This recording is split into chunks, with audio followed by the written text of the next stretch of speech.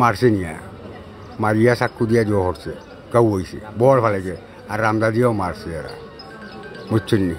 এখন আমি তো আসলাম আমার ডিউটি করাত আমি সুস্থ হয়েছি অবসরপ্রাপ্ত আমি তো হইতাম এর পরে ফোন গেছে বাড়ি তোলাওয়ালা ঘটনাটা ঘটাইছে ও বাদে তারা লুইয়া আইছে আমার বাতি যায় গিয়ে আর আমার ছোটো ভাই গিয়ে লুইয়া আইছে তারা হসপিটাল লইয়া হওয়ার পরে তারা হয়েছে তো রক্ত লাগবো 10 ব্যাগ ডাক্তারি রক্ত লাগবো ইয়ে লাগবো তা লাগবো ভর্তি আইসি ও আইসি তো আছে থানা দক্ষিণ সুরমা গ্রাম হইল জৈনপুর ফকিরপাড়া আমি একজন অবসরপ্রাপ্ত পোস্ট অফিস অবসরপ্রাপ্ত এমপ্লয়ি আমার পয়সা করে কোনো ইয়ে নাই আপনার বুঝছেন আমি গরিব মানুষ আমি এমনি কাজকর্ম করি সামান্য পয়সা করি পাই আর ফুয়ার নাম হইল মোহাম্মদ রেজান মিয়া সেও তা কারেন্টের কাম কাজ করে আপনার আর আহত হয়েছে আমার ফুয়ার তো লাইফ শেষ মানে এখন তো আর কোনো 5 কেজি ওজন মাল লইতে পারতো না আর প্রশাসন হয়েছে আমরা বিচার চাইলাম তার মারেও আপনি জিজ্ঞাসা করতে পারবেন আর এটা কত কেউ বাড়ি গেছেন আস্থা শরীরের কেউ নাই আপনার মাথা অনুমায় নাই আঘাত খুব বেশি পাইছে এখন আশঙ্কা মুক্ত নাই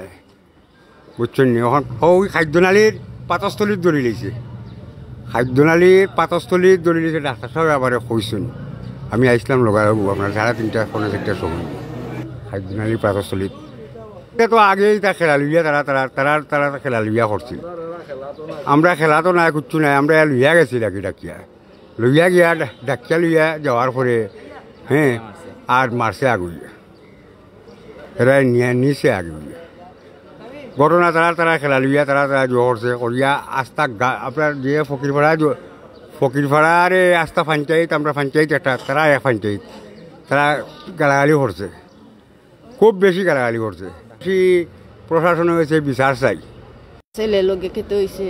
খেলা লইয়া মাইল লাগছে ইটা শেষ হয়ে গেছে বাদে শুনছে কেগে ফোন করে কইছে যে তার চাচা একজন জন্য আটটাই লিছে ওই আটটানির সাথে সাথে শুনছে ওই আটটানির সাথে সাথে যেমনি শুনছে যেন তার চাচা আটটাই লিছে নো হয়ে গেছে খিতা বাবা খালিয়াতে গেছে আমার সামনে দি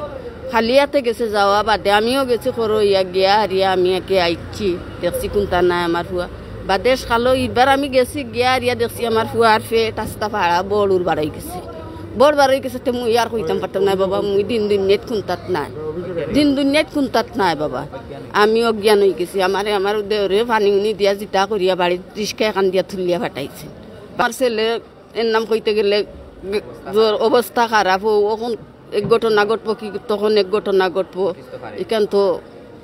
কইতাম পারতাম না বাবা আল্লাহর হুকুমি কেন না বাবা আমি বিচার চাইয়ার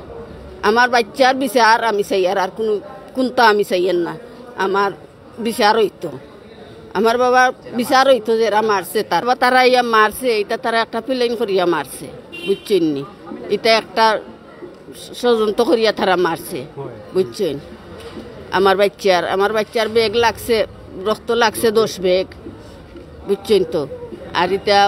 10 গিয়া যেদিন মাইর ওদিন তারা ইটি করছে ডাকাডাকি করছে তো আমরা রন্তাকে কিছু মানুষ গেছেন আর যে যায় আহত হয়েছেন গুরুতরভাবে তাইনি তা কুচ্ছু তো আসলা না তাইন গেছেন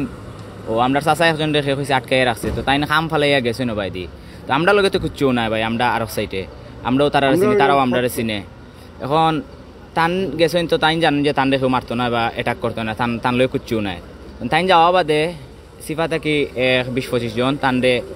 পিছে পয়লা বাড়ি মারছে ইয়া বাড়ি মারা বাদে ও তাইন যে একটা হয়েছেন আর কি তানরে বাদে একজনের রামদাদি মারছে ওখানে রামদাদি মারা বাদে তান পেট পাড়ি গেছে ভাড়া বাদে যারা দেখছে আর কি তারা কইছে যে বড় বাখড়া আছিল আমরা তো আসলাম না আমরা হইতাম পারি না আমরা বাদে জানছি বড় বাখড়া আছিল এর বাদে আরও কয়েকজনে